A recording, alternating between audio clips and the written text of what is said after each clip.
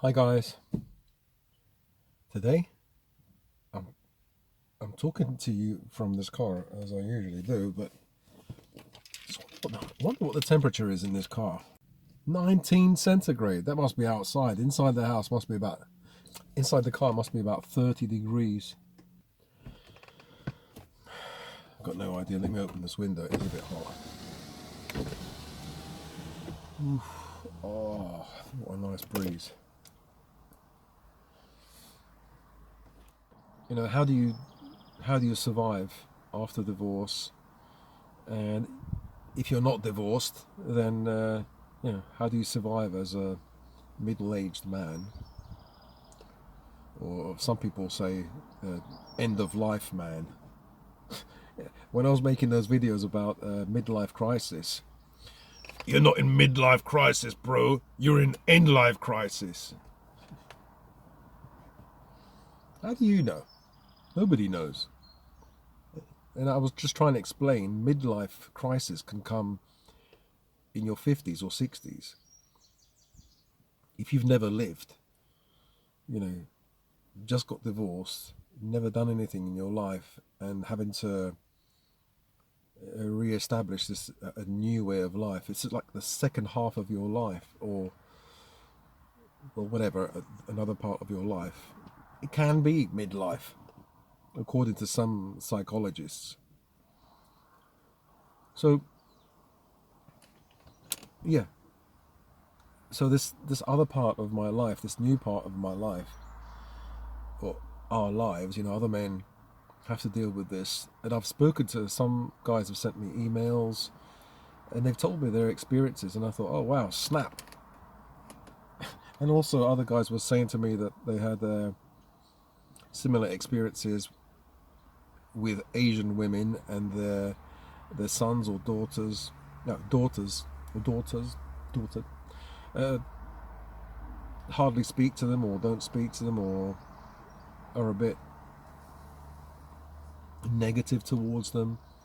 And I thought, oh yeah, I know what that feels like. So maybe it's a universal thing. Once you get divorced, then that happens. And so, like, a man has to go through these thoughts and these feelings, these emotions. Initially, there's the emotion of like anger, maybe, or you feeling like an idiot because you couldn't see it coming. And I definitely did not see it coming. I thought, oh yeah, like husband and wife, they argue sometimes, or like once a week or once every few days there's arguments, and they don't sleep in the same bed together and stuff like that. So these things happen, right? uh, but little did I know that I assumed that the other person was conjuring or thinking this up well before I knew about it, that's for sure. So, well, anyway, I think the man always, or probably almost always, feels that he didn't see it coming. It could, of course, happen the other way around, but the guy did not see it coming, so it's a shock. But it can be a massive shock to the system, and so then you get caught in this whirlwind of confusion. What's going to happen next, and then eventually, when all of it is over and done with, then you have to start to learn how to live alone. Now, for some men, it might be an easier transition than it will be for other men. For me, I mean, I can cook for myself. I'm really good at cooking for myself. I may not be great at cleaning up, paying bills, and looking after my bills. Because of ADHD, I haven't been really good at that, but I'll have to find a way. And I suppose being alone, I've never really been alone all my life. I've always lived with my parents. I never left my parents. So it's not as if I'm some kind of man of the world, gone to all these different countries and man of the world. No, but whatever position you're in, you have to learn to adapt. As human beings, we're supposed to be, very adaptable. So, so that's what I'm doing now.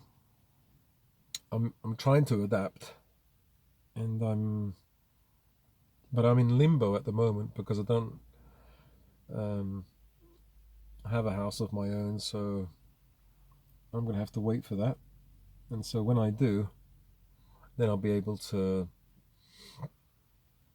hopefully have some land where I can put all the doggies and pursue my life from then on. There are a few things that I have to, of course, work on, that I am working on now. My mind, wealth. And when I say wealth, it can be like earning enough to make those ends meet, and going further, wanting more. It just depends on what your goals are, but I feel quite abundant with little. I don't have to have a lot of money, so I don't know what to say. I think what I'll do is I'll have to run this car because it's... Cheers. Got a chamomile here.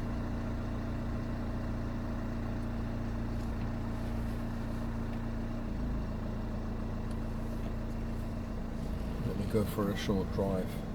You can join me for this drive.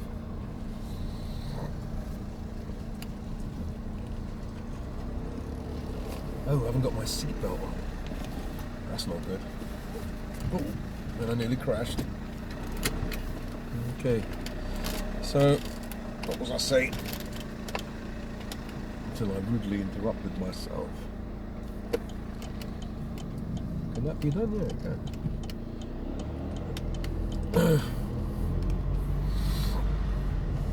There's an area here, there's a kind of drug area.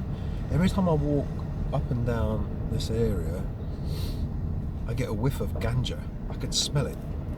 It smells like... Have you ever done any, parsley or a really powerful green juice? You juice it up and you get that smell, that green smell, like a weed kind of smell.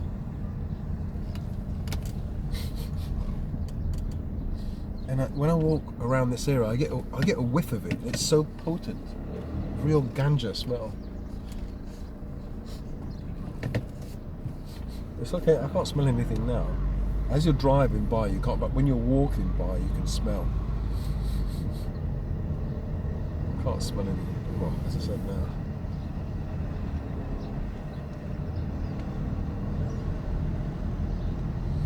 So the ganja trade must be doing quite well in this area. Weed, spliff, whatever it's called.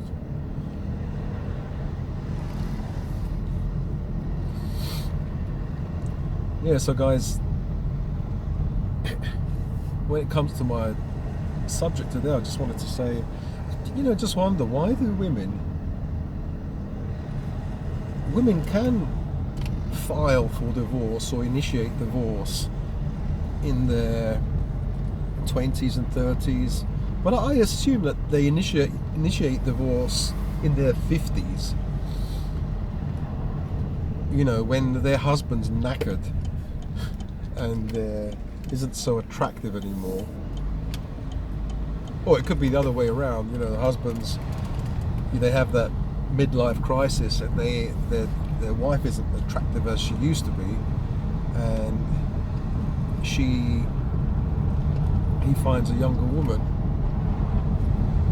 and the relationship breaks up because of that.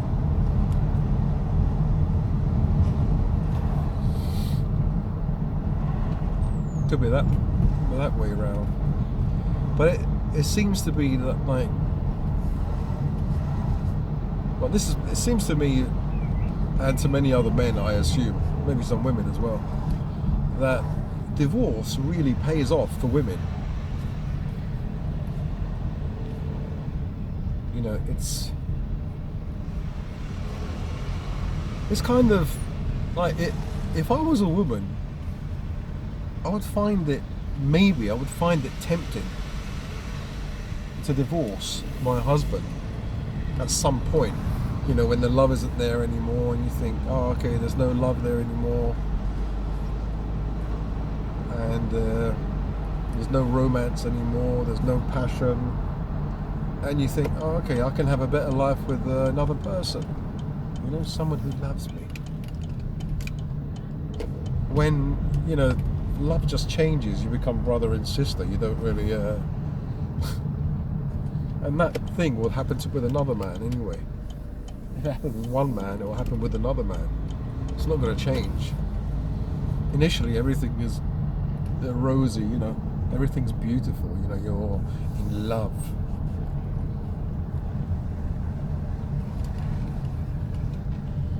And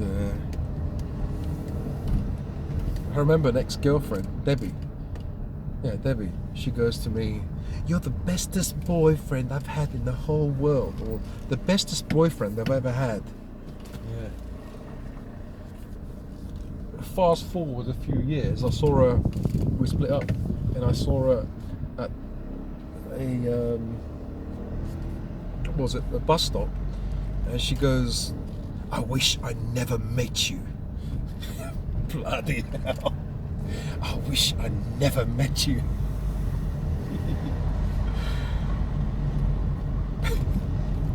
See how they can change. I was just curious looking at her at the...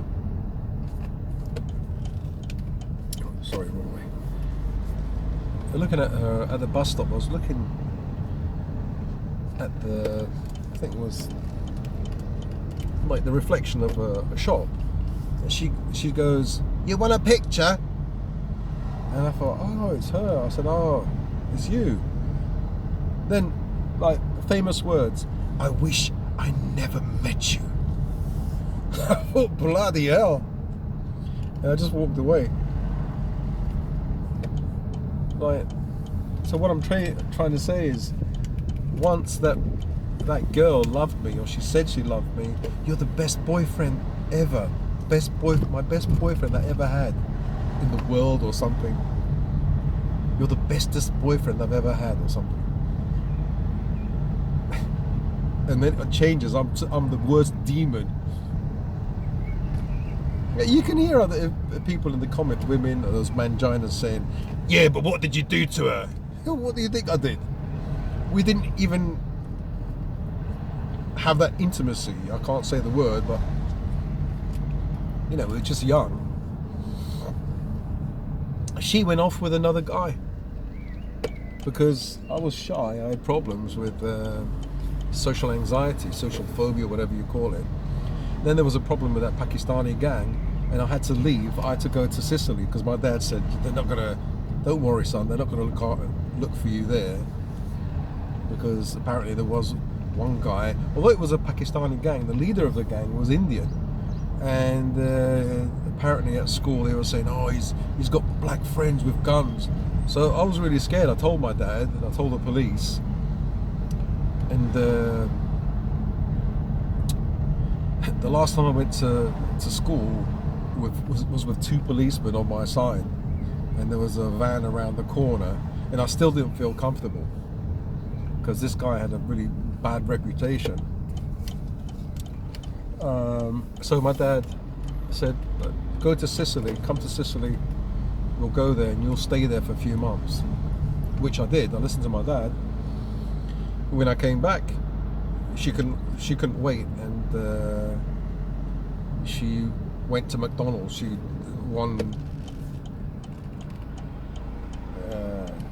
one mixed race guy, can't say half caste, that's illegal now, that mixed race guy, a nice guy, he invited her to go to McDonald's, and she refused. She said, when she initially told me when I was back in England, in London.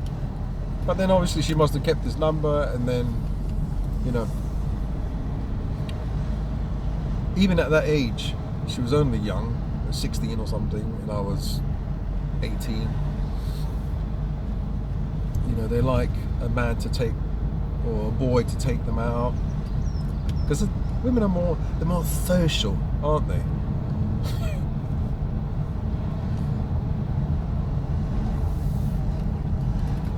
And men tend to be more like, they like to stay at home, or like to play around in their bloody man cave, or whatever it is.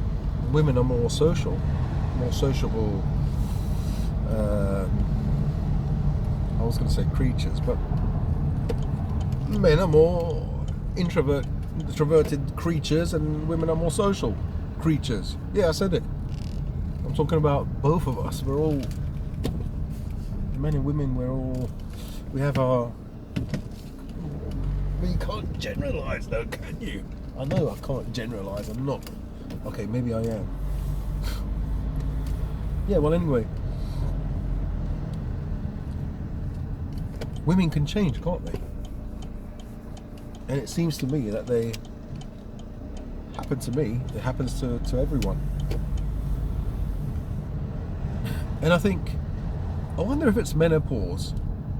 You know, suddenly they go nuts, you know, at the age of 50, some earlier, some in their mid-40s, they go nuts and they have that menopause or pre-menopause, and they make long-lasting decisions that will affect them for the rest of their lives. You know, you can almost see the way they think. My husband's rubbish now. There's no love there anymore. I can divorce him and I can get massive amount of money. I can set... you can see that they're thinking. They feel they can set themselves up for life, or, you know, the amount of money that they'll get is a great launch pad to whatever they want to do. And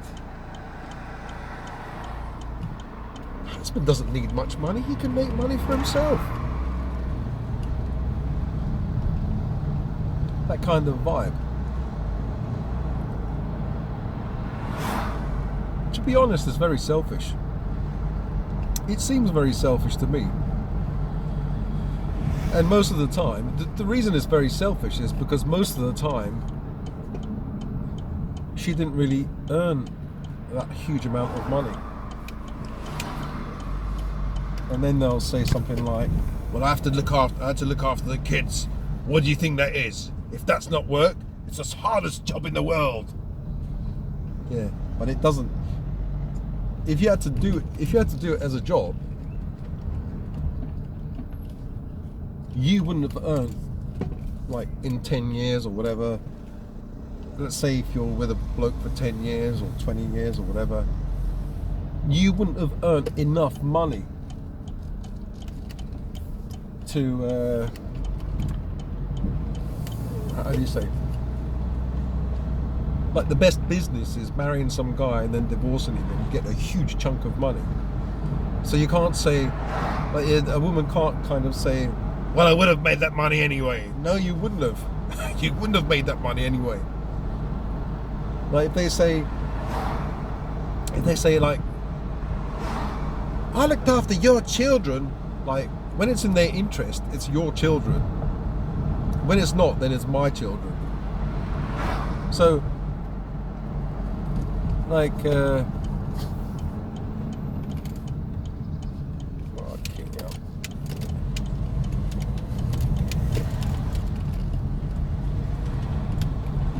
so, yeah. So I worked all these years looking after your kids, our kids, let's say. And so she has to be compensated, right? But the thing is, why does she have to be compensated with that huge amount of money?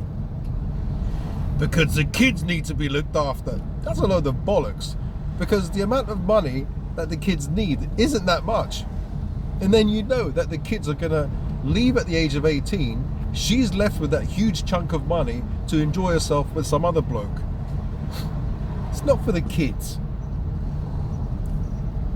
Most of the time, these women, they get the money, they buy a house, and then say they've got no money, and then go on the dole. So then the government pays for those kids. She keeps the money where she can have access to that money as an asset, and then when she wants to, she can later sell that asset. So the thing is, what did that woman do to deserve say £1 million?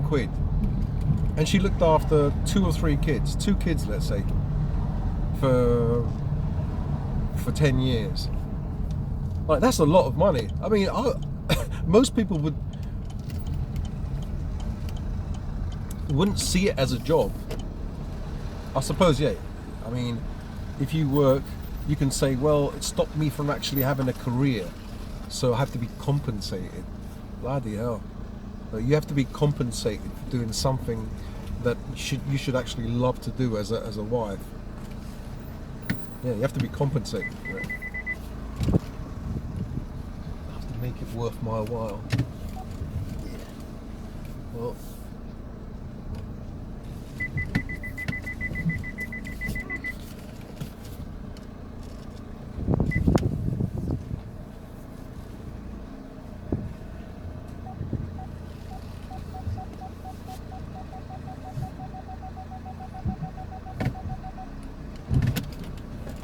Yeah. Well, anyway, you've joined me now for that nice drive back to square one. Yeah, so that's what I wanted to say. I wanted to say, I think some women have that problem with menopause and then make silly decisions that will impact her children, and her husband. And, you know, that's crazy. I think in the future they'll find this stuff out. They'll say, you know, there is that phenomena, menopause,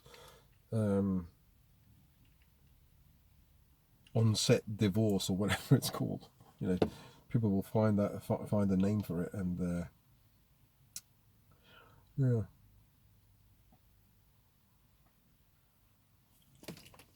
So I think for men, a lot of men have probably hate, and as I said before, hate, and they want revenge, but that's wrong. You know, you should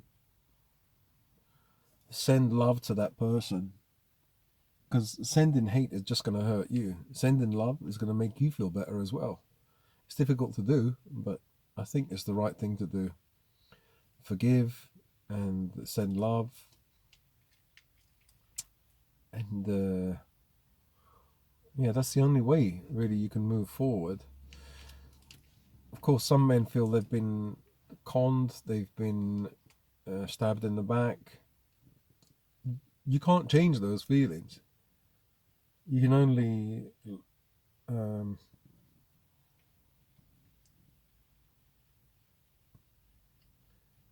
well, you can change those feelings. You can look at it from maybe her point of view, which is difficult as well. But even if if you feel that she stabbed you in the back, then you have to forgive. Just forgive. Basically, be the bigger person. As I've said before, you know, these things happen, and the only thing you can do is move forward instead of looking backwards. Look forward in one direction instead of looking backwards in that direction. What happened to me? It's all in the past. All you have to think now is the present and the future. And I think you'll be better off, and I'll be better off, thinking about it in that way, in a positive and optimistic way. Because these things happen. Definitely these things happen. moving forward though, once you have one of these big how do you say, challenges, lessons in life, you won't make that message, that message you won't make that mistake again. And so women will be saying, oh, because what I'm about to say is that you feel like you're never going to trust a woman again in your life, never. And if you ever find another person, then that little amount of money that you do have, you'll be really, really smart and look after it. Forget about prenuptial agreement. You'll find a way to make sure that that money never gets taken from you, and that way you become less desirable. So I think many men go MGTOW, men go in their own way, because unless they become that desirable man, that attractive man again, and are willing to lose more of their money. Some people are unbelievably rich and they get married and divorced 4 or 5 times and still don't care. But those are the exceptions. Some men are destroyed after the first divorce and never want to look at a woman again. And that's really understandable, really. Some women are saying, "Well, we're not all the same." Yeah. The thing is, you don't know. When you get into a relationship, you don't know. Where are the signs? The signs come later. Initially, it's a really good package deal. You think, oh, this is great. But people change over time. And so you can't know, initially, you can't know if that person could be right for you in that period of time.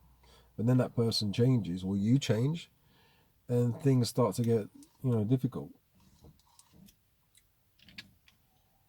So I've always said this, going forward, I'm always going to say I've got no money, which I'm not really lying, but I should have said that from the beginning, and I would have been single. I would have had all my money though. But I don't regret anything because I've got my kids, and I would never go back. You know, I would never go back. But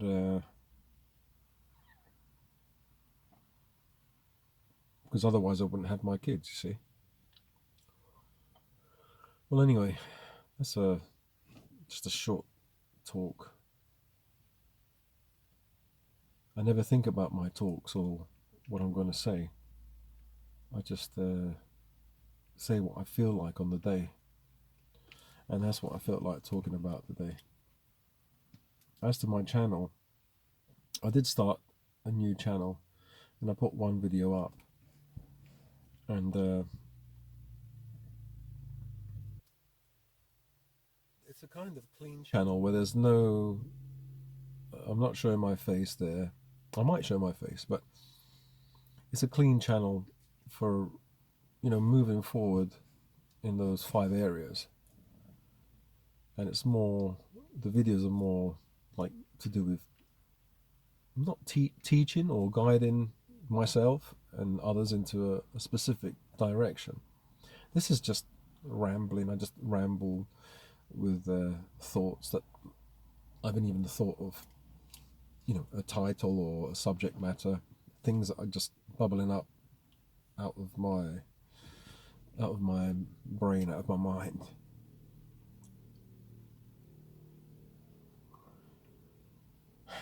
Yeah, so with the channel, I still have this channel here. This is, I call the old channel, and then I have the new channel. So I'm thinking of if I can keep this channel and keep uploading, because I've got some videos, as I said before, scheduled. So I'll still upload those videos, which you'll see. And because I have 8,000 subscribers, it's easy to get like 500 to 1,000 views. So, because this channel is already established, albeit maybe with the wrong viewers, I don't know. And some people don't want to really change. But I'm worried that if I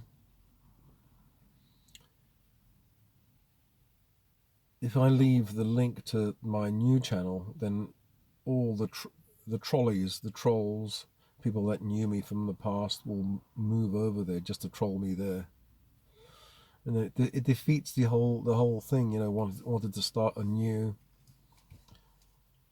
We'll see. I'm still not sure what to do about the channels. That is, I know what to do with my life, but I don't know what to do with the channels.